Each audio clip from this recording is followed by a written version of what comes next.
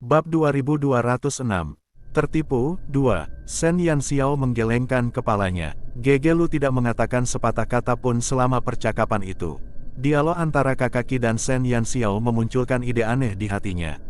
Shen Yanxiao pernah berkata sebelumnya bahwa koin emas untuk membeli logam-logam ini dibuat dari hobinya sendiri. Setahu Gegelu, jumlah uang yang dibutuhkan untuk membeli logam sebanyak itu bisa dikatakan sangat besar. Karena Shen Yanxiao mengatakan itu hobi, itu tidak mungkin merupakan produk alkimia. Di pasar perdagangan saat ini, selain produk alkimia, hanya ramuan dan bahan mentah yang dapat dijual dengan cepat. Shen Yanxiao juga mengakui bahwa dia pergi menjual ramuan hari ini, tetapi saat ditanya Kakaki, dia malah membeberkan sumber ramuan itu kepada temannya yang tidak dikenal, berbeda dengan apa yang dikatakan Shen Yanxiao kepadanya. Gegelu tidak dapat menahan rasa penasarannya. Mungkinkah ramuan itu benar-benar dibuat oleh Shen Yanxiao? Herbalisme sebenarnya adalah hobinya. Gegelu terkejut dengan pikirannya sendiri. Dari kata-kata Kakaki, tidak sulit untuk mengatakan bahwa herbalis yang dicari Kakaki dapat membuat ramuan yang sangat kuat, bahkan lebih kuat daripada ramuan yang dibuat oleh para herbalis di Serikat Herbalis. Jika tidak, Kakaki tidak akan terburu-buru untuk menemukan herbalis misterius itu. Gegelu pernah mendengar sebelumnya bahwa demi menemukan seorang dukun misterius, Kakaki tak segan-segan bergabung dengan serikat dukun di beberapa pasar besar lainnya, tetapi setelah sekian lama, mereka tak menemukan apapun. Mungkinkah? Mata Gegelu tanpa sadar menatap Shen Yanxiao. Meskipun tingkat Shen Yanxiao dalam alkimia tidaklah unggul, dia memiliki nyala api yang tidak biasa, dan kecepatan pertumbuhannya adalah yang tercepat di antara para alkemis yang pernah dilihat Gegelu. Meskipun dia belum pernah melihat penampilan Shen Yanxiao, tidak sulit untuk mengetahui dari suaranya bahwa dia tidak tua. Di usianya, bisa mencapai titik ini dalam alkimia saja sudah sangat bagus. Bagaimana mungkin dia masih punya pengalaman untuk mempelajari herbalisme? Dan tingkat keahlian farmasinya bahkan lebih tinggi daripada Kakaki. Serangkaian keraguan berkecamuk di benak Gegelu. Ia terus menebak dan menyangkal. Baiklah, bisakah kau ceritakan sedikit tentang temanmu? Atau apakah temanmu menyebutkan di mana mereka akan berlatih?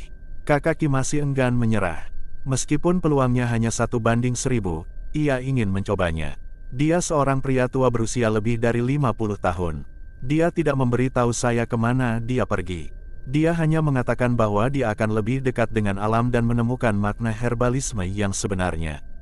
Shen Yanxiao berbohong tanpa tersipu atau terengah-engah. Benua badai itu sangat luas. Dia menggambarkan, temannya begitu luas sehingga Kakaki dan yang lainnya akan kesulitan menemukannya.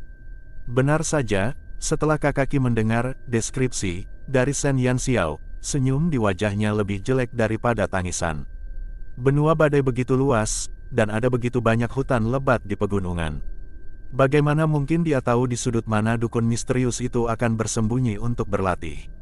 Kalau begitu aku ingin bertanya, apakah kamu masih punya ramuannya? Kakaki juga tahu bahwa hanya dengan petunjuk ini saja, mustahil menemukan dukun misterius itu. Saya punya beberapa botol lagi. Saya bisa memberikannya kalau kamu butuh. Shen Yanxiao hanya ingin menyingkirkan Kakaki sesegera mungkin. Ia tidak ingin terlalu terbuka, tetapi sebelum Shen Yanxiao selesai berbicara, Gegelu telah melompat keluar. Apa maksudmu, memberi? Serikat herbalis itu kaya raya. Kalau mau ramuan, bayar sendiri. Bab 2207. Tertipu, 3. Gegelu benar-benar tak sanggup mendengarkannya lagi. Semurah apapun Momo Xiao, ia tak mungkin bermurah hati kepada para kurcaci dari Serikat Herbalis. Serikat Herbalis begitu kaya sampai-sampai mereka masih membutuhkan anggota Serikat Alkemis mereka untuk menyediakan ramuan. Ini sungguh tidak dapat ditolerir.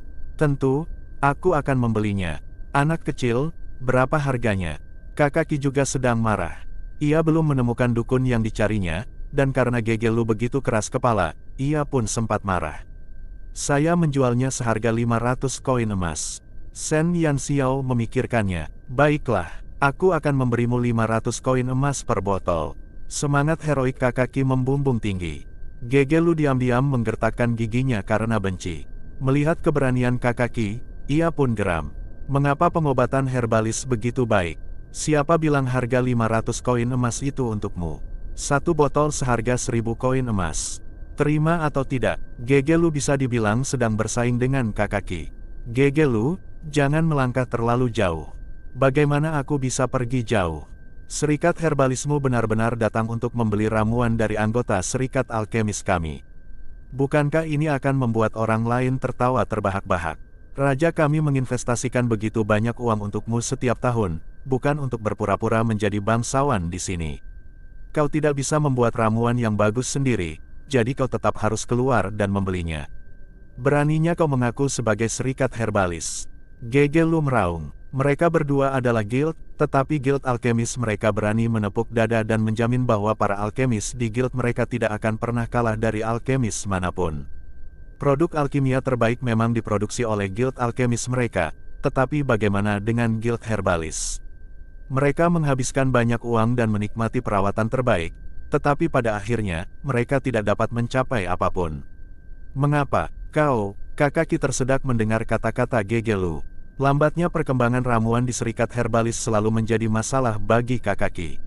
Ambil atau tidak, kalau kamu tidak beli, kami simpan saja. Gegelu mendengus sambil menyilangkan tangan di dada. Siapa bilang aku nggak mau beli? Aku mau beli. 1000 koin emas, anggap saja aku membantu persekutuan alkemismu. Masih berani ngomong gitu? Bah, melihat presiden kedua guild hendak bertarung di jalan, Shen Yanxiao segera melangkah maju dan dengan cepat mengambil 5 botol ramuan dari cincin penyimpanannya dan memasukkannya ke tangan Kakaki. Ini ramuan yang tersisa, totalnya 5.000 koin emas.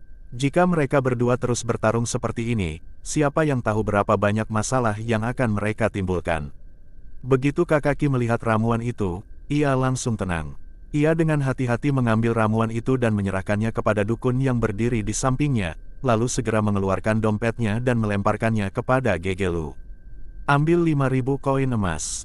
Sudut mulut Gegelu sedikit berkedut. Kakaki benar-benar membuang 5.000 koin emas dengan begitu mudahnya. Melihat dirinya sendiri lagi, demi guild, ia hendak menjual karya-karyanya yang berharga. Mereka berdua adalah presiden serikat, tetapi mengapa perbedaannya begitu besar? Momo Xiao, simpan uangnya. Ayo kembali. Gegelu menyerahkan dompet itu kepada Shen Yanxiao dan berbalik, tidak ingin melihat Kakaki memamerkan kekayaannya di sini lagi. Jadi bagaimana jika Anda kaya? Ada Shen Yanxiao di persekutuan alkemis mereka. Shen Yanxiao mendesah tak berdaya. Sambil memegang dompetnya yang berat, ia mengangguk kepada Kakaki dan mengikuti rekan-rekannya kembali ke persekutuan alkemis. Kakaki dan sang dukun, dengan pikiran yang rumit, kembali dengan 5 botol ramuan. Bab 2208. Selamat tinggal. 1. Badai mereda untuk sementara waktu. Shen Yanxiao tidak mengerti bagaimana hubungan antara Serikat Alkemis dan Serikat Herbalis bisa begitu buruk. Wajar saja jika kedua guild itu mengurus urusan masing-masing dan berseberangan. Tidak perlu saling mencintai, tapi apa hubungannya dengan hubungan cinta-benci yang akan segera terjalin di antara keduanya? Batuk. Momo Xiao, apa yang kau lakukan hari ini benar-benar mengejutkan kami. Setelah kembali ke guild, Pipika datang ke sisi Shen Yanxiao dan berbisik. Apa? Pikiran Shen Yanxiao dipenuhi dengan gambaran Gegelu dan Kakaki yang saling mencintai dan membunuh, jadi dia tidak bisa bereaksi terhadap kata-kata Pipika. Logam-logam itu seharusnya menghabiskan banyak uangmu, kan? Kau baru saja datang ke guild kami, dan kau jarang berinteraksi dengan anggota guild. Kupikir kau tidak punya perasaan apapun terhadap guild kami. Aku salah. Aku harus berterima kasih padamu. Pipika dengan tulus berterima kasih kepada Shen Yanxiao. Sejujurnya, kehadiran Shen Yanxiao di guild alkemis memang sangat menyedihkan. Jika bukan karena ia selalu mengonsumsi logam langka, hanya sedikit anggota guild yang akan menyadari keberadaannya. Namun, anggota baru yang pendiam itu telah mengirimi mereka sejumlah besar sumber daya. Tentu saja, Shen Yanxiao tersenyum. Sejujurnya, ini pertama kalinya presiden kita menerima uang dari seorang anggota. Dengan tindakan sepertimu, kami para anggota lama tak boleh kehilangan muka. Pipika menyentuh ujung hidungnya. Begitu mereka kembali, para anggota lama ini sudah berdiskusi bahwa karena Gegelu telah menerima bantuan Shen Yanxiao, tidak ada alasan untuk menolak mereka lagi. Mereka selalu tahu kesulitan guild, tetapi apapun yang mereka katakan, Gegelu tetap tidak mau menerima uang mereka, tetapi sekarang situasinya benar-benar berbeda. Shen Yanxiao tersenyum tak berdaya. Seperti yang dikatakan Pipika, karena ada preseden, semua anggota Serikat Alkemis mulai bertindak. Mereka berinisiatif mengirimkan pundi-pundi kecil mereka kepada Gegelu. Bahkan Shen Yanxiao juga menyerahkan 5.000 koin emas yang baru saja diperolehnya. Gegelu semula tidak mau menerimanya, tetapi begitu Pipika dan yang lainnya mengatakan bahwa Gegelu bias dan menerima uang pendatang baru tetapi tidak menerima uang mereka, Gegelu langsung tidak bisa berkata apa-apa. Gegelu hanya bisa menerima uang itu dengan mata memerah dan bersumpah untuk membuat kehidupan masa depan para anggota serikat menjadi lebih baik. Kedatangan Shen Yanxiao diam-diam mengubah nasib persekutuan alkemis Puko. Gegelu akhirnya tidak perlu khawatir lagi tentang pengeluaran serikat setiap hari. Dengan cukup logam sebagai penopang, Shen Yanxiao akhirnya dapat melanjutkan penelitiannya dengan tenang. Bidiu gelombang, tepat saat Shen Yanxiao sedang memilih logam, roh elemen api itu berguling-guling di atas meja laboratorium. Selagi Shen Yanxiao berlatih alkimia, ia harus kembali ke tungku multi-elemen untuk menyediakan api bagi Shen Yanxiao. Namun, di waktu luangnya, roh elemen yang baru lahir itu adalah tubuh kecil berbulu yang gelisah, berguling-guling ke sana kemari tanpa henti. Bidiu, roh elemen api, yang telah berguling-guling cukup lama dan tak pernah diperhatikan Shen Yanxiao, memantulkan tubuh bulatnya ke tanah dan berguling beberapa kali hingga sampai di kaki Shen Yanxiao. Sambil menggoyangkan tubuhnya yang berbulu, ia meringkuk di pelukan Shen Yanxiao yang sedang duduk di tanah, dan menemukan posisi yang nyaman untuk berbaring. Bab 2209. Selamat tinggal, 2. Shen Yanxiao menghabiskan semakin banyak waktu di laboratorium, dan semakin akrab ia dengan proses alkimia, semakin ia memahami betapa sulitnya membuat alat suci yang benar-benar bagus. Sifat setiap logam langka berbeda-beda, dan mustahil untuk membuat alat suci yang baik hanya dengan satu jenis logam. Untuk membuat alat suci yang baik, ia harus menggabungkan beberapa logam langka. Mengintegrasikan mereka tidaklah sulit, kesulitannya adalah bagaimana memastikan spiritualitas asli mereka tidak tercoreng dalam prosesnya. Itu saja membuat Shen Yanxiao sakit kepala. Selama periode ini, Gegelu juga datang untuk melihat proses alkimia Shen Yanxiao dan memberinya beberapa nasihat. Tetapi metode yang diberikan Gegelu semuanya didasarkan pada penelitian masa lalu para kurcaci, jadi mustahil untuk diterapkan pada penelitiannya. Di tengah malam, Shen Yanxiao telah melebur banyak logam dingin. Roh unsur api, yang awalnya mendukung api, tiba-tiba menghentikan transmisi apinya dan menjelma menjadi tubuh unsur merah, muncul di depan Shen Yanxiao. Ini adalah kedua kalinya Shen Yanxiao melihat wujud roh elemen api ini. Sebelumnya, ketika roh elemen api baru lahir, ia hanya berwujud bola bulu. Perubahan mendadak pada roh unsur api membuat Shen Yanxiao menyadari sesuatu yang aneh. Ada apa? Shen Yanxiao menatap roh elemen api dan bertanya. Sesuatu yang buruk sedang mendekat. Suara roh elemen api terdengar pelan. Dibandingkan dengan penampilannya yang biasanya imut, saat ini ia telah berubah menjadi roh elemen yang ketakutan. Xiu, Shen Yanxiao bertanya pada Xiu. Xiu tampaknya tidak merasakan sesuatu yang aneh. Suara Xiu terdengar dalam pikiran Shen Yanxiao. Percayalah pada penilaiannya, roh-roh elemental lebih peka terhadap dunia luar daripada para dewa. Terlahir dari alam, tumbuh di alam. Segala sesuatu di dunia ini hanyalah mainan di ujung jari para roh elemental. Roh unsur api menutup matanya dan merasakan aura unsur-unsur di udara. Aneh, perasaan ini sangat mirip denganmu, tapi tidak sama. Roh elemen api membuka matanya dan menatap Shen Yanxiao dengan bingung. Ia bisa merasakan aura berbahaya dari berbagai elemen. Aura itu bercampur dengan bau darah dan pembunuhan, yang tidak disukainya. Namun, ia merasakan sedikit kemiripan aura itu dengan Shen Yanxiao. Sangat mirip denganku. Shen Yanxiao bertanya-tanya. Ya, tapi juga tidak. Aku tidak tahu. Lagi pula, roh elemen api itu baru saja lahir. Meskipun memiliki persepsi yang tajam, ia tidak memiliki kemampuan untuk menilai secara akurat. Tiba-tiba, api di sekitar roh unsur api menjadi semakin panas. Aura itu mendekat. Shen Yanxiao terkejut, tetapi dia tidak menyadari sesuatu yang tidak biasa. Saat dia bertanya-tanya apakah roh unsur api telah membuat kesalahan, suara Xiu terdengar lagi dalam pikirannya. Itu adalah badan eksperimen yang kami temui saat kami tiba di benua badai. Shen Yanxiao terkejut. Itu Mo Yuxun. Saat dia bertemu Mo Yuxun di benua badai, dia sedang melawan para kurcaci dari suku Momo, dan targetnya adalah 2 alkemis Momo. Sekarang dia sudah ada di sini, maka Shen Yanxiao tersentak. Jika tujuan Mo Yuxun masih alkemis, bukankah anggota serikat alkemis akan berada dalam bahaya? Bab 2210. Selamat tinggal 3. Di mana dia? Sel-sel Shen Yanxiao menegang. Mo Yuxun tidak lebih lemah dari Lan Fengli. Bahkan Shen Yanxiao tidak tahu betapa mengerikannya kekuatan penuh Lan Fengli. Sejauh ini, Shen Yanxiao belum pernah melihat Lan Fengli kalah. Tidak lama setelah memasuki pasar Puko, mereka menuju ke sini. Persepsi Xiu bisa mencakup seluruh pasar. Shen Yanxiao menyipitkan matanya dan tiba-tiba berdiri. Mau kemana? Roh elemen api melihat tindakan Shen Yanxiao dan bertanya. Tujuan kedatangannya ke sini pasti para kurcaci dari persekutuan alkemis. Aku tidak akan membiarkannya berhasil. Shen Yanxiao diam-diam mengepalkan tinjunya. Jika dia membiarkan Mo Yuxun mengambil alih para kurcaci itu, dia seharusnya menggorok lehernya dan bunuh diri. Aku akan menemanimu. Roh elemen api itu sama sekali tidak mempertanyakan tindakan Shen Yanxiao. Karena ia hanya tahu bahwa Shen Yanxiao adalah temannya. Karena mereka adalah kawan, mereka seharusnya saling mendukung, apapun yang ingin mereka lakukan. Pikiran roh unsur sangatlah sederhana. Baiklah, ketika Shen Yanxiao melihat roh elemental api, sudut mulutnya tiba-tiba terangkat membentuk senyum jahat. Ia bertanya dalam hati pada Xiu, Xiu, seberapa kuatkah roh elemental?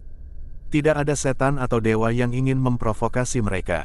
Xiu memberi jawaban sederhana pada Shen Yanxiao. Setan, sebagaimana buasnya dia, tidak ingin menjadi musuh roh-roh jahat.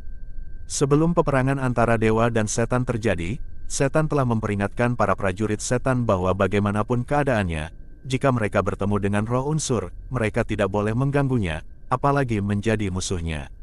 Sejak roh-roh elemental lahir, mereka memiliki kekuatan untuk memanipulasi elemen-elemen. Menjadi musuh mereka berarti menjadi musuh dunia. Shen Yanxiao hanya pernah bertemu beberapa roh elemental muda sebelumnya, dan kemampuan mereka untuk memanipulasi unsur-unsur alam masih sangat terbatas.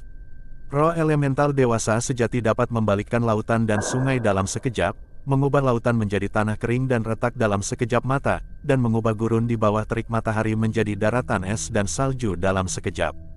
Badai, petir, lahar. Semua elemen di dunia ini dapat digunakan oleh mereka. Kalau begitu dibandingkan dengan Mo Yuxun, Shen Yanxiao tahu bahwa roh elemental itu sangat kuat, tetapi itu pasti roh elemental dewasa. Yang di sebelahnya, meskipun sudah lebih tinggi darinya, masih bayi yang baru lahir. Ini hanyalah bayi, oke. Dengan ini, kamu bisa aman bahkan jika aku tidak mengambil tindakan, kata Xiu ringan. Shen Yanxiao tiba-tiba dipenuhi rasa percaya diri. Penggabungan 7 ras. Hehe, dia ingin melihat apakah mereka bisa mengalahkan roh unsur. Api kecil, kembalilah ke bentuk bola bulumu dulu. Mata Shen Yanxiao berkedip dengan cahaya yang tidak menyenangkan. Ah, roh elemen api itu mengedipkan matanya. Meskipun tidak mengerti maksud Shen Yanxiao, ia tetap patuh kembali ke wujud bola bulunya. Shen Yanxiao mengulurkan satu tangan dan memegang bola bulu kecil itu di lengannya. Baiklah. Sekarang aku akan menemui Tuan Muda Sun itu. Di tengah gelapnya malam, sesosok tubuh lincah melesat cepat. Di bawah sinar rembulan, seorang pemuda berpakaian hitam berjalan bak hantu. Tak ada emosi di wajahnya yang memesona, hanya dingin dan acuh tak acuh. Dia datang diam-diam dan tanpa suara. Bab 2211. Selamat tinggal 4. Tak lama kemudian, bayangan hitam itu tiba di pintu masuk persekutuan alkemis. Ia menyipitkan mata dan memasang postur waspada. Matanya menatap pohon besar di luar serikat. Sungguh mengecewakan ketahuan begitu cepat. Sebuah suara yang diselingi senyum terdengar di tengah malam. Sesosok mungil perlahan keluar dari balik pohon. Mo Yuxun menyipitkan mata dan menatap sosok kecil berbalut jubah. Entah kenapa, ia merasakan aura familiar dari kurcaci itu. Dia hanya merasakan perasaan ini dari orang lain sebelumnya. Kau, suara Mo Yuxun tiba-tiba terdengar. Suara yang terdengar seperti campuran remaja dan pemuda itu sangat menyenangkan. Kau mengenaliku begitu cepat. Shen Yanxiao sedikit terkejut bahwa Mo Yuxun masih bisa mengenalinya meskipun dia sudah seperti ini. Kamu adalah hasil karya Tuan Ouyang, kata Mo Yuxun. Shen Yanxiao mencibir. Kerja, aku kurang suka kata itu. Entah kenapa, meskipun Shen Yanxiao tahu Mo Yuxun berbahaya, ia tidak merasa takut atau gugup sedikitpun. Seolah-olah indera keenam seorang wanita mengatakan bahwa Mo Yuxun tidak akan membunuhnya. Sebenarnya, ini bukan pertama kalinya dia merasakan hal ini. Saat pertama kali bertemu Mo Yuxun, Shen Yanxiao merasa Mo Yuxun tidak pernah berniat membunuhnya. Dalam arti tertentu, Shen Yanxiao selalu merasa bahwa Mo Yuxun dan Lan Fengli agak mirip. Mungkin karena kesamaan inilah Shen Yanxiao tidak merasa bahwa Mo Yuxun berbahaya. Mo Yuxun menatap Shen Yanxiao tanpa membuka mulutnya. Apakah kamu di sini untuk menangkap alkemis? Shen Yanxiao terus bertanya. Ya, sayangnya, aku tidak bisa membiarkanmu melakukan ini. Shen Yanxiao langsung memblokir pintu masuk Alchemist Guild, sikapnya sangat jelas. Mo Yuxun terdiam sesaat, mata gelapnya berkilat sedikit cemerlang di bawah sinar bulan. Matanya mengamati Shen Yanxiao dengan agak rumit. Kamu bukan lawanku, kata Mo Yuxun. Tangan Shen Yanxiao diam-diam menekan gelang itu. Jadi apa, kamu ingin melindungi mereka? Tentu saja, Mo Yuxun tiba-tiba mengambil alih posisi menyerang. Sebelum Shen Yanxiao sempat bereaksi, ia sudah berbalik. Shen Yanxiao benar-benar tercengang. Aku tidak ingin melawanmu. Mo Yuxun dengan ringan meninggalkan kalimat seperti itu. Detik berikutnya, sosoknya berubah menjadi bayangan hitam dan pergi dengan cepat, tidak memberi Shen Yanxiao kesempatan untuk bertanya lebih lanjut. Dia pergi begitu saja. Shen Yanxiao yang sudah siap untuk pertarungan besar, benar-benar tercengang oleh kepergian Mo Yuxun yang tiba-tiba. Bukankah dia terlalu mudah diajak bicara? Bahkan untuk orang secerdas Shen Yanxiao, tidak ada cara untuk mengetahui pikiran Mo Yuxun. Seolah-olah dia sengaja menghindari pertarungan dengannya, seperti saat mereka pertama kali bertemu di benua badai. Setelah Mo Yuxun melihatnya, dia nyaris tak bereaksi. Dia hanya berbalik dan pergi. Apakah karena dia adalah karya Ouyang Huanyu yang membanggakan dan tidak bisa dirusak? Atau apakah Mo Yuxun sama sekali tidak ingin melawannya? Shen Yanxiao tidak dapat mengerti sesaat. Malam itu, Mo Yuxun bergegas pergi. Begitu keluar dari Pukos Bazar, ia diam-diam mendarat di kereta kuda yang terparkir di kegelapan. Bab 2212 Konvensi Alkemis 2212-1. Di dalam kereta, seorang pria bersirah tipis berwarna hitam menunggu. Ia mengenakan topeng yang menutupi seluruh penampilannya. Tuan Muda Sun. Saat pria itu melihat Mo Yuxun, dia sedikit terkejut. Batalkan rencananya. Mo Yuxun memberi perintah langsung. Kenapa? Pria itu agak bingung. Tugas mereka malam ini adalah membawa pergi beberapa alkemis dari persekutuan alkemis Puko, tetapi tak lama setelah Mo Yuxun pergi ke Serikat, ia kembali dengan tangan kosong dan memberikan perintah yang sama sekali tidak bisa dipahami. Tuan Ouyang telah memilih tempat ini. Jika Anda mengubahnya tanpa izin, dia. Sebelum lelaki berpakaian hitam itu selesai berbicara, Mo Yuxun telah mencengkeram lehernya, dan jari-jarinya yang ramping dan bersih menegang sedikit demi sedikit, seolah-olah dia bisa mematahkan leher pihak lain itu dalam sedetik berikutnya. Aku mengerti, pria berpakaian hitam itu menjawab dengan ngeri. Mo Yuxun akhirnya menurunkan tangannya dan duduk di kereta tanpa mengucapkan sepatah kata pun. Ada apa dengan Mo Yuxun? Apa dia baru saja pergi? Setelah kembali ke kamar, burung vermilion melompat keluar dari tubuh Shen Yanxiao di saat pertama. Ia siap menghadapi Mo Yuxun bersama roh elemen api, tetapi semuanya berakhir tanpa pemanasan. Burung vermilion tidak pernah menduga skenario seperti itu. Siapa yang tahu? Aku merasa, dia bertingkah aneh. Shen Yanxiao juga bingung. Dia jarang berhubungan dengan Mo Yuxun. Sejauh ini, dia baru bertemu dengannya 3 kali. Agak membingungkan juga Mo Yuxun akan pergi begitu saja. Ia tidak pernah merasakan sedikit pun niat membunuh dari Mo Yuxun. Awalnya, sebelum kemunculannya, ia masih samar-samar merasakan permusuhan dari Mo Yuxun, tetapi begitu kemunculannya, permusuhan itu pun lenyap tanpa jejak. Mo Yuxun tidak melakukan apapun adalah kabar baik bagi Shen Yanxiao. Dia tidak perlu mengekspos roh elemen api terlalu dini. Namun, hanya karena Mo Yuxun tidak menyerang persekutuan alkemis Puko malam ini, bukan berarti dia tidak akan melakukannya lagi di masa mendatang. Shen Yanxiao masih harus 120% waspada. Dengan sikap hati-hati, Shen Yanxiao tidak tidur awal selama beberapa malam berikutnya. Namun, pada malam-malam berikutnya, Mo Yuxun tidak pernah muncul lagi. Dia tampaknya telah menyerah pada persekutuan alkemis Puko.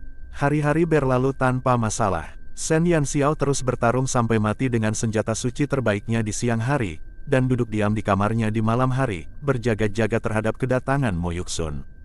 Namun, Mo Yuxun tampaknya telah menghilang, dan roh unsur api tidak pernah merasakan kehadirannya lagi. Sebelum Mo Yuxun muncul kembali, Shen Yanxiao mendengar berita penting. Dalam beberapa hari, Raja Kurcaci akan bertemu dengan kepala suku semua suku di ibu kota, dan pada hari itu, hal penting lainnya akan terungkap. Konvensi alkemis tahunan Benua Badai akan segera dimulai, dan kebetulan lokasinya berada di ibu kota. Waktunya bertepatan dengan kedatangan para pemimpin.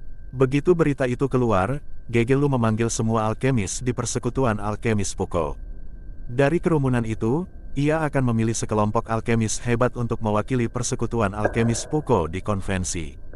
Sebagai anggota yang baru bergabung dengan serikat, Shen Yanxiao juga dipanggil. Bab 2213. Konvensi Alkemis 2. Konvensi alkemis diadakan setiap tahun di Benua Badai. Tujuannya adalah agar kelompok alkemis paling elit di Benua Badai dapat berkomunikasi satu sama lain, berbagi pengalaman, dan kemudian memamerkan produk alkimia terbaik mereka di hadapan Raja Kurcaci. Pemenang konvensi ini bisa mendapatkan hadiah yang lumayan besar. Hadiah-hadiah ini merupakan sumber pendapatan yang sangat penting bagi persekutuan alkemis yang hidup dalam kemiskinan ekstrim. Jadi pada waktu seperti ini, persekutuan alkemis besar akan bekerja keras untuk mendapatkan tempat pertama. Bagi persekutuan alkemis Puko, yang indeks kemiskinannya telah melampaui tatanan alam, ini merupakan kesempatan besar yang tidak boleh dilewatkan. Pagi-pagi sekali, Gegelu memanggil semua alkemis untuk berdiskusi tentang cara mendapatkan uang tambahan. Ada 7 hari tersisa sebelum konvensi alkemis. Selama waktu ini, kuharap kalian bisa menghasilkan karya terbaik, kata Gegelu dengan semangat juang yang tinggi. Meskipun Gegelu sudah mulai menerima pendanaan dari beberapa anggota selama periode waktu ini, bagi guild seperti mereka, yang tidak dapat menghilangkan kata miskin, mereka tidak akan pernah mengeluh karena memiliki terlalu banyak uang. Ya, Presiden, untungnya, dengan kumpulan logam yang dikirim oleh Shen Yanxiao sebelumnya, kemajuan penelitian serikat selama periode ini sangat lancar dan cepat, dan banyak alkemis juga telah membuat produk alkimia yang bagus. Saat ini, semua orang di guild menyukai Shen Yanxiao, anggota baru ini. Setelah kejadian itu, Shen Yanxiao memulai kembali kehidupannya yang membosankan, tetapi citranya di benak para anggota serikat telah menjadi sangat tinggi. Momo Xiao, kamu harus pergi bersama kami kali ini, Gegelu tiba-tiba berkata kepada Shen Yanxiao di belakang kerumunan. Shen Yanxiao, yang selama ini hanya menjadi penonton, mendongak kaget ketika tiba-tiba dipanggil. Dia baru saja bergabung dengan serikat, dan tidak semua alkemis bisa menghadiri konvensi alkemis ini. Mengingat hal ini, dia sungguh tidak menyangka Gegelu akan memanggilnya. Tapi aku tidak punya produk alkimia yang luar biasa. Shen Yanxiao tahu bahwa konvensi alkemis ini sangat penting bagi guild. Selama periode ini, ia telah mempelajari alat-alat suci dan belum membuat apapun yang dianggap luar biasa oleh standar tinggi para kurcaci. Membiarkannya pergi dengan alat-alat itu pada dasarnya tidak berpengaruh. Tidak masalah, anggap saja ini sebagai perjalanan belajar, kata Gegelu sambil tersenyum. Penelitian alkimia Shen Yanxiao sangat sulit, dan meskipun arahannya agak tidak populer, kegigihannya patut dikagumi. Ada juga sesuatu yang tidak dikatakan Gegelu. Selama ini, Ketua Serikat Herbalis, Kakaki, telah berkali-kali mendatangi Shen Yanxiao untuk menanyakan tentang temannya, yang membuat Gegelu sangat tidak puas. Ia sudah menduga bahwa Shen Yanxiao adalah pencipta ramuan yang sebenarnya. Jadi bagaimana jika Kakaki memiliki kecurigaan yang sama? Kalau dia membawa anggota guildnya ke ibu kota dan meninggalkan Shen Yanxiao di sana tanpa diawasi, bukankah Kakaki akan terus mengganggu Shen Yanxiao? Ini benar-benar tidak dapat ditoleransi. Shen Yanxiao adalah anggota serikat mereka. Bagaimana mungkin mereka membiarkan serikat herbalis mendapatkannya? Jadi setelah berpikir berulang-ulang, Gegelu memutuskan untuk membawa Shen Yanxiao bersamanya. Dia tidak akan memberi Kakaki kesempatan untuk memanfaatkan bakat mereka. Baiklah, Shen Yanxiao tidak keberatan. Awalnya ia berniat menunggu sampai Raja Kurcaci memanggil kepala suku untuk bertukar tempat dengan Taoti. Namun, dengan kata-kata Presiden Gegelu, lebih mudah untuk mengikuti guild langsung ke ibu kota. Bab 2214, Konvensi Alkemis 2214-3, Bazar Puko tak jauh dari ibu kota. Para alkemis yang dipilih Gegelu untuk menghadiri konvensi alkemis segera menyiapkan produk yang akan mereka pajang. 7 hari kemudian, mereka naik kereta kuda menuju ibu kota. Jika ada kota di benua badai, itu adalah ibu kotanya. Ibu kota para kurcaci mirip dengan kota tempat tinggal manusia. Kota itu dikelilingi tembok-tembok tinggi di semua sisinya dan terbagi menjadi gerbang timur dan barat. Di ibu kota, area perdagangan juga terbagi, tetapi tidak seperti pasar-pasar lainnya. Barang-barang yang dijual di ibu kota adalah barang-barang langka dengan nilai tertentu. Barang-barang biasa tidak bisa dijual di sini. Ini adalah pertama kalinya Shen Yanxiao berada di ibu kota para kurcaci. Begitu turun dari kereta, ia mengamati lebih dekat kemegahan kota nomor 1 di benua kurcaci itu. Meskipun dibangun oleh para kurcaci, tinggi tembok kota tidak berbeda dengan yang terlihat di masyarakat manusia.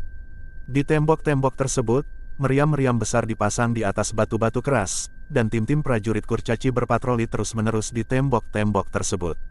Keahlian alkimia para kurcaci tercermin dengan jelas di ibu kota.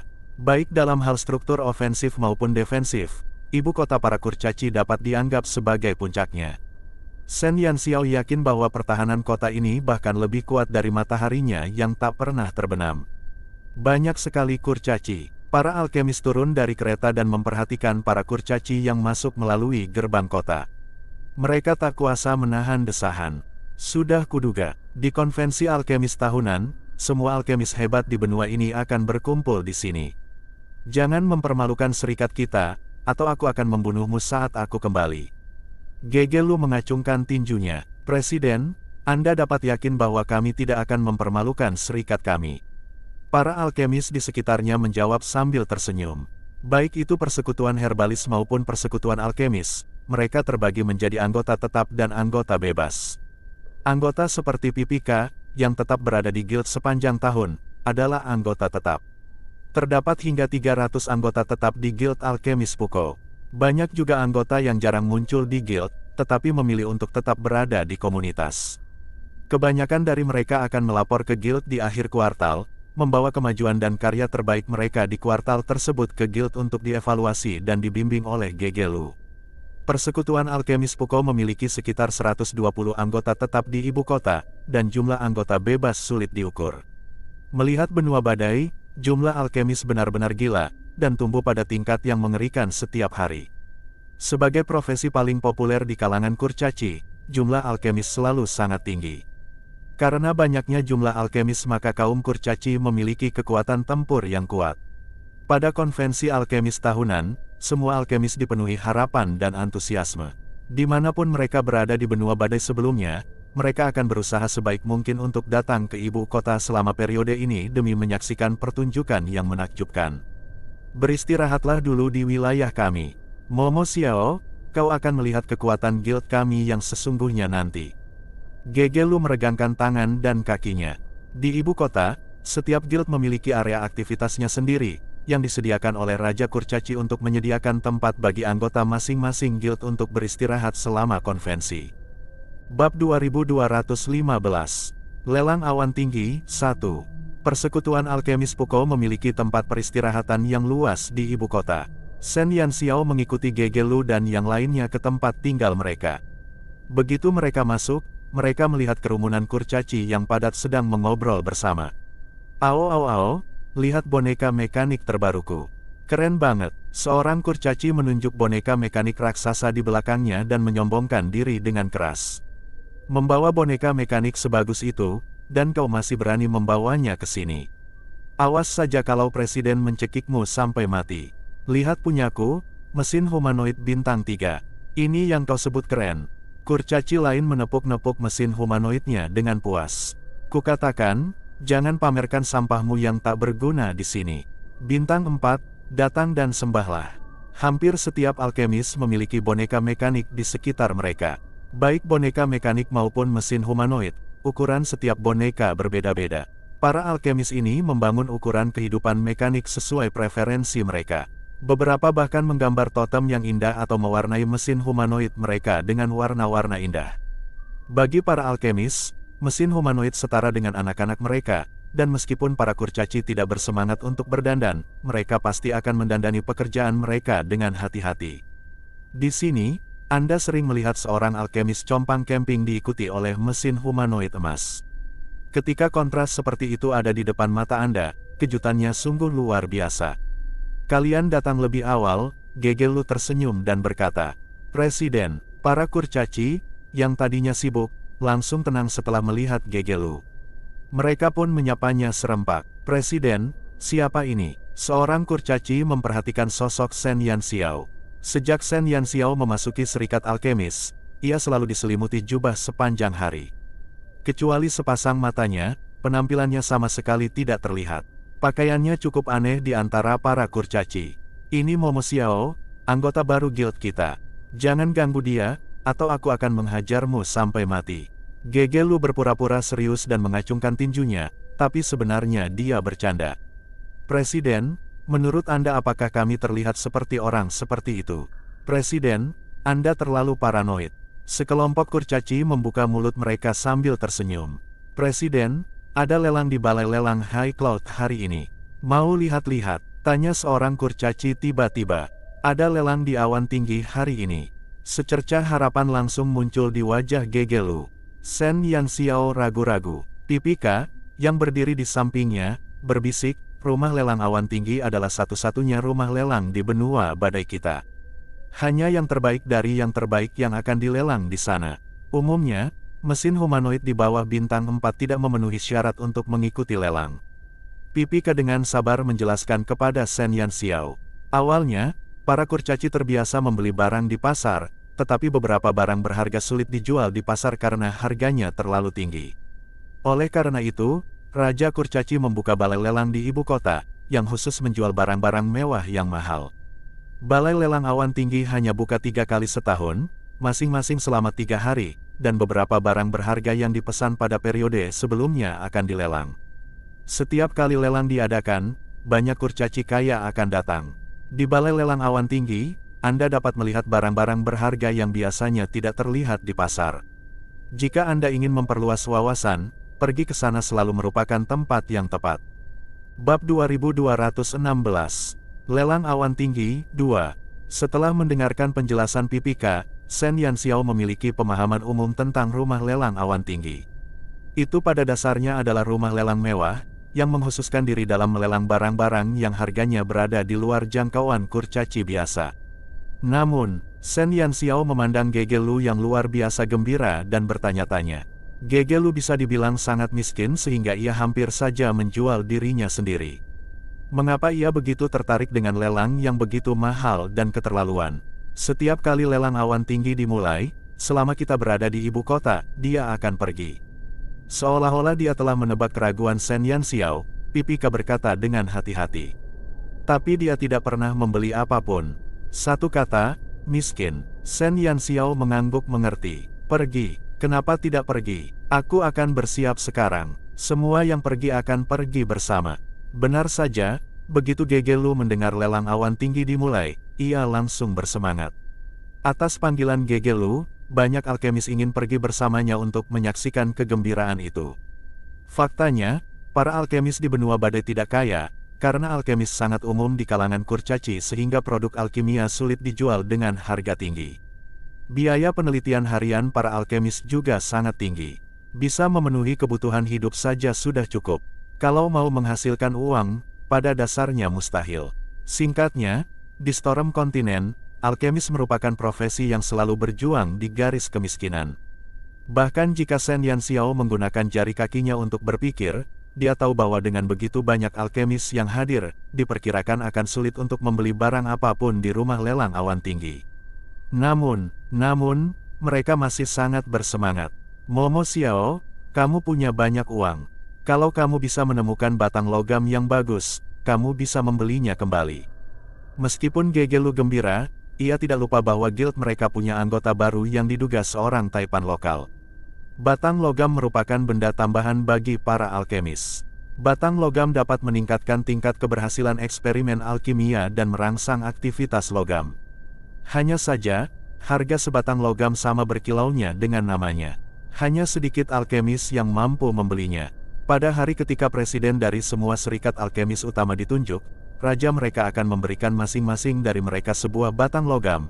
Namun batang logam milik Gegelu telah dijual secara diam-diam olehnya ketika serikat tersebut sedang dalam kesulitan. Shen Yanxiao tidak mengatakan apa-apa. Gegelu tidak tahu bahwa ia hanya memiliki 5 koin emas tersisa. Uang yang ia hasilkan dari menjual ramuan telah ditukar dengan tumpukan logam itu. Setelah itu, ia tidak menghasilkan uang tambahan. Ia kini juga menjadi orang miskin. Momo Xiao, apa kau kaya? Tolong jaga aku. Begitu kelompok alkemis ini mendengar bahwa Shen Yanxiao cukup kaya untuk membeli beberapa batang logam, mereka langsung marah. Kau tidak tahu, tapi Momo Xiao sangat hebat. Tak lama setelah bergabung dengan guild kami, dia mengirim lebih dari selusin kereta logam ke guild kami. Pipika bisa dibilang sebagai kurcaci yang paling dikenal Shen Yanxiao di guild. Saat itu, Pipika langsung melompat keluar untuk memuji kebaikan Shen Yanxiao. Untuk sesaat, gambaran Shen Yanxiao di benak semua alkemis segera menjadi sangat luhur. Begitu tulus dan setia, yang paling penting, dia sebenarnya sangat kaya. Kelompok alkemis yang sepanjang hidup mereka miskin memandang Shen Yanxiao dengan mata hijau. Bab 2217 Lelang Awan Tinggi 3. Shen Yanxiao ingin mati. Ia bisa dibilang yang termiskin sejak kelahirannya kembali. Ia hanya memiliki 5 koin emas di sekujur tubuhnya, tetapi ia tetap disebut taipan lokal oleh sekelompok alkemis.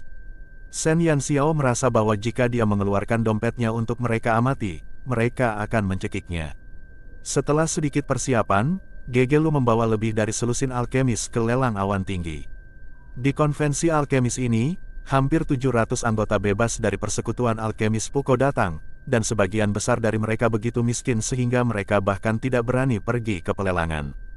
Hanya sekitar selusin alkemis, yang memiliki mentalitas yang sama dengan Gegelu, yang datang mengejar mereka. Shen Yanxiao ditarik paksa oleh Gegelu. Lelang awan tinggi terletak di sudut tenggara ibu kota, dan menempati area yang luas. Ketika Gegelu datang bersama Shen Yanxiao dan yang lainnya, pelelangan sudah berlangsung cukup lama.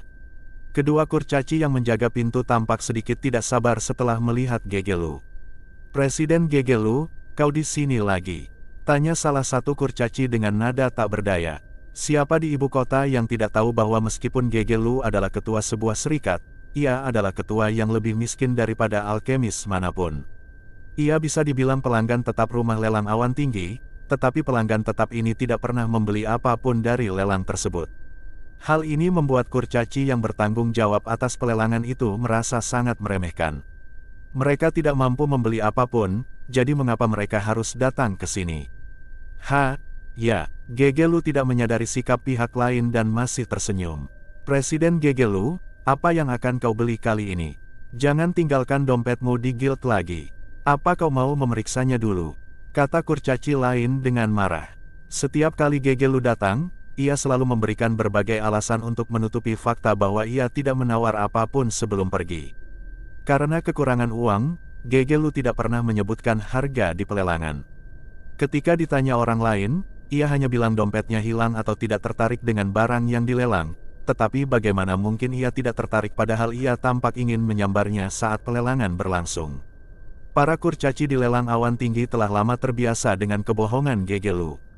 Nada bicara pihak lain sangat tidak sopan, jadi senyum di wajah Gegelu agak kaku. Mari kita lihat dulu.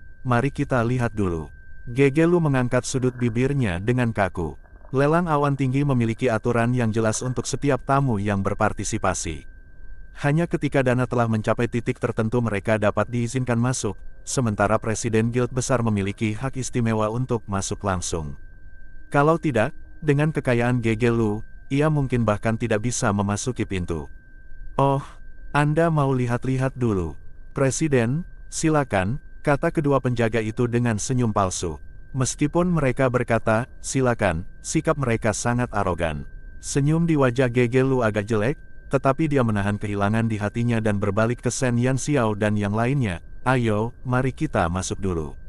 Setelah mengatakan itu, dia segera berbalik dan menyembunyikan kehilangan di matanya. Shen Yanxiao mengerutkan kening. Ia tidak menyukai sikap kedua penjaga itu. Sebagai ketua serikat, betapapun miskinnya Gegelu, ia tidak akan jatuh ke kondisi seperti ini. Ia menjadi seperti ini karena ia mengabdikan diri pada serikat. Bab 2218. Lelang awan tinggi, 4. Gegelu menyumbangkan semua uang dan asetnya ke serikat. Dalam benak Shen Yanxiao, Gegelu adalah presiden paling terhormat yang pernah dilihatnya. Presiden seperti itu tidak seharusnya didiskriminasi seperti ini. Momo Xiao. Tepat saat Shen Yanxiao mengerutkan kening diam-diam, Pipika tiba-tiba memanggilnya. Ternyata Gegelu dan yang lainnya telah memasuki tempat tersebut, tetapi Shen Yanxiao masih terpaku di tempat. Shen Yanxiao kembali sadar dan segera berjalan memasuki tempat tersebut. Mereka bertindak terlalu jauh. Shen Yanxiao pergi ke Pipika dan secara terbuka mengungkapkan ketidakpuasannya. Pipika memaksakan senyum dan berkata, "Jangan dimasukkan ke hati.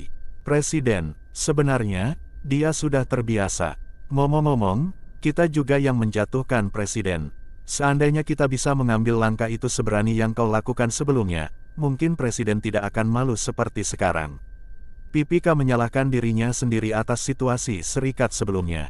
Mereka ingin membantu, tetapi mereka tidak pernah berhasil karena kegigihan Gegelu. Tetapi mereka tidak cukup fleksibel untuk memikirkan cara lain untuk membuat Gegelu menerimanya. Kalau saja Gegelu menerimanya lebih awal, dia tidak akan semiskin ini. Meskipun pendapatan para alkemis tidak terlalu bagus, sebagai presiden, mereka tetap menerima subsidi setiap bulan. Terlebih lagi, produk alkimia Gegelu cukup berkualitas tinggi, dan bahkan bisa dijual dengan harga tinggi di pasar.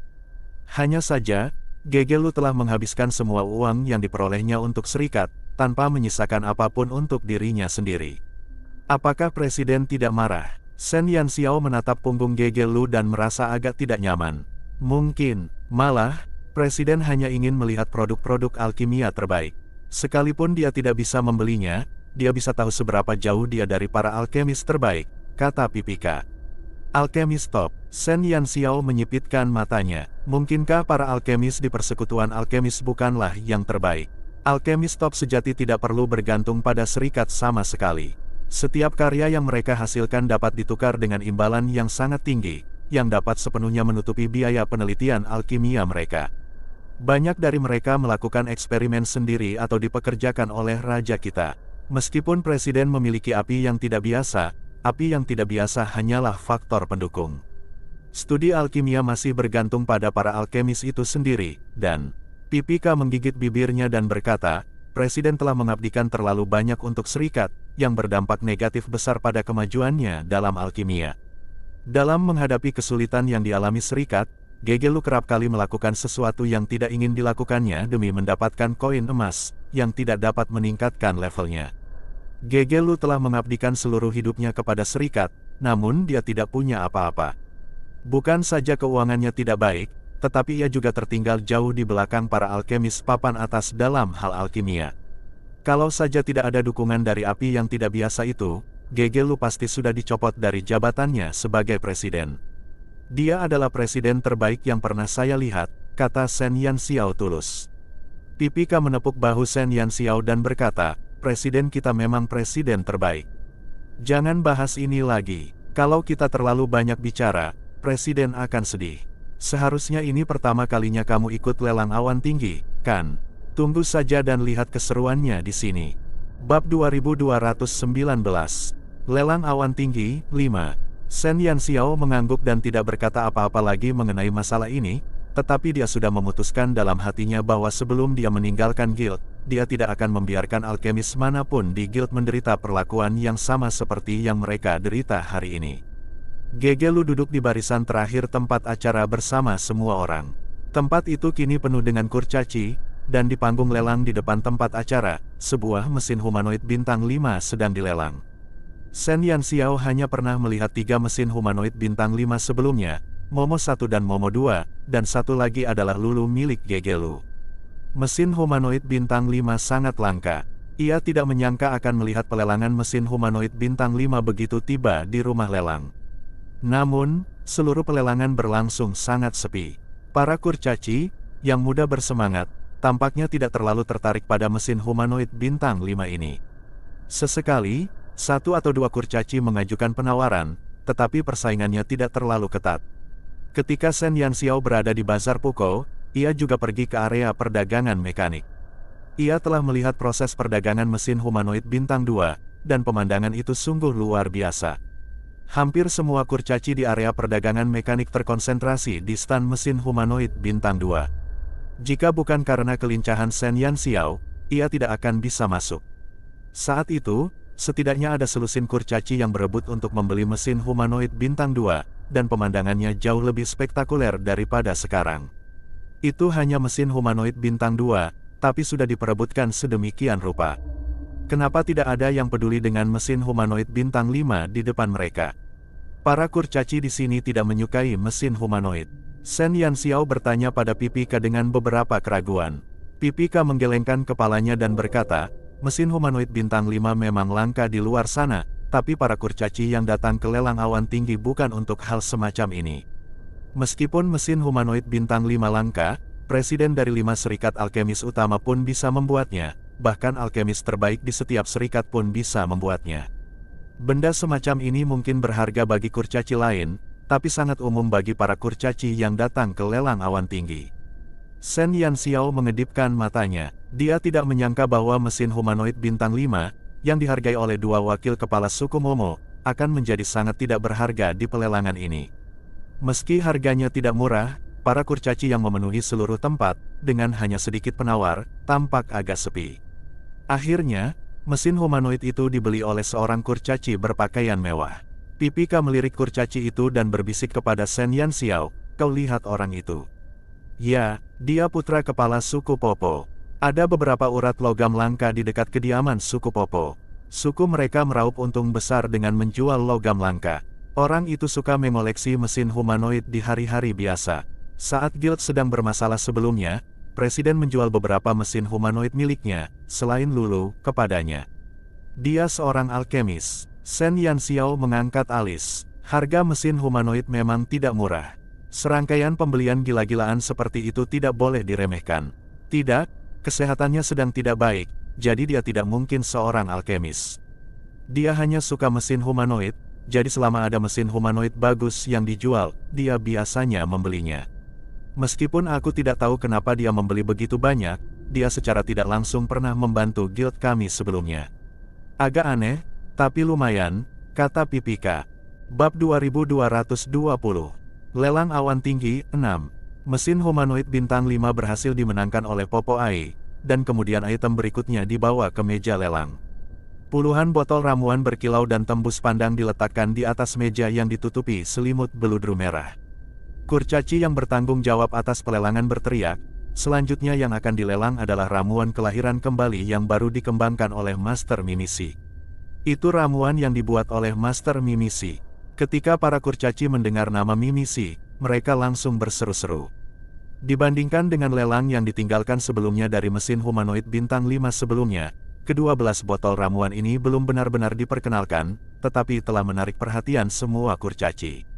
Itu cuma ramuan, apa kau harus segembira itu? Gegelu mendengus. Kenapa kemanapun ia pergi, ia selalu melihat herbalis menindas alkemis. Itu cuma selusin botol ramuan. Apa mereka benar-benar lebih baik daripada mesin humanoid yang dibangun para alkemis seumur hidup mereka? Produk-produk Master Mimisi selalu sangat populer, kata Pipika. Yah, dia hanya sedikit lebih baik daripada dukun lainnya. Gegelu memalingkan mukanya dengan canggung. Shen Yanxiao samar-samar merasa reaksi Gegelu aneh. Siapa Mimisi ini? Tanya Shen Yanxiao. Pipika memandang Shen Yanxiao dengan heran, seolah-olah merupakan hal yang luar biasa bahwa dia tidak mengetahui tentang Mimisi. Shen Yanxiao menatap Pipika dengan polos. Pipika menghela napas. Ia benar-benar merasa Shen Yanxiao tidak tahu apa-apa tentang banyak hal. Gadis kecil ini tidak mungkin bersikap bodoh setelah seharian mengurung diri di laboratorium, kan? Mimisi adalah herbalis kerajaan raja kita dan salah satu dari 3 herbalis hebat di benua badai kita. Tingkat herbalismenya bahkan lebih baik daripada para presiden dari 5 serikat herbalis besar. Ramuannya umumnya dipasok langsung kepada raja kita dan jarang dipasarkan, sehingga setiap kali muncul, ramuan tersebut dijual dengan harga yang sangat tinggi dalam waktu yang sangat singkat, jelas Pipika tanpa daya. Kalau mau jadi dukun, ya sudah. Kenapa masih dilelang? Gegelu mendengus dengan wajah datar. Semakin Shen Yanxiao melihatnya, semakin dia merasa ada yang salah dengan reaksi Gegelu.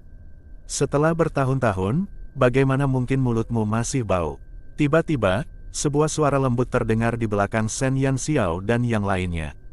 Saat Gegelu mendengar suara itu, ekspresinya menjadi sangat jelek.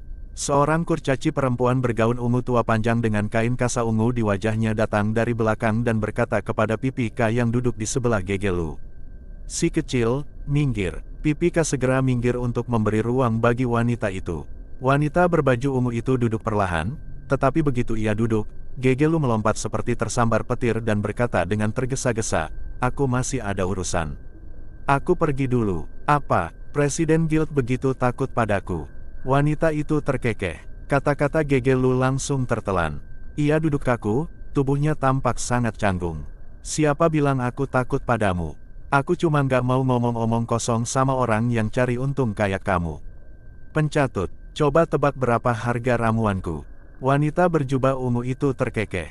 Shen Yanxiao terkejut. "Ramuannya, bukankah itu berarti kurcaci perempuan ini adalah Master Mimisi?" Bab 2221.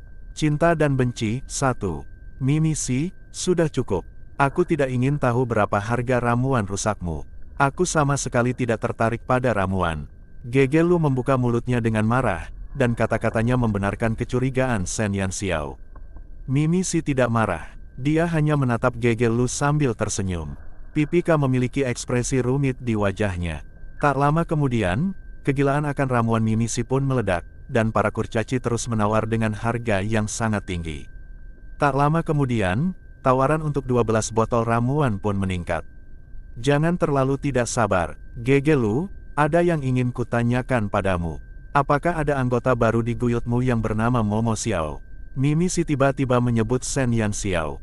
Ekspresi Gegelu sedikit berubah dan dia memalingkan kepalanya dengan agak canggung. "Mengapa kamu bertanya ini?" "Beberapa hari yang lalu, Kakaki mengirimi saya sebotol ramuan dengan kemurnian yang sangat tinggi. Setelah mempelajarinya sebentar, saya menemukan bahwa ramuan itu jauh lebih baik daripada ramuan yang biasa kita gunakan sehari-hari, dan saya menemukan formula yang menarik darinya. Ramuan yang saya lelang hari ini juga merupakan hasil peningkatan dari sebotol ramuan itu. Kakaki bilang bahwa sebotol ramuan itu dibeli dari salah satu anggota guildmu." Mimisi menatap Gegelu dengan ekspresi serius. Memangnya kenapa kalau dia membelinya dari Momo Xiao?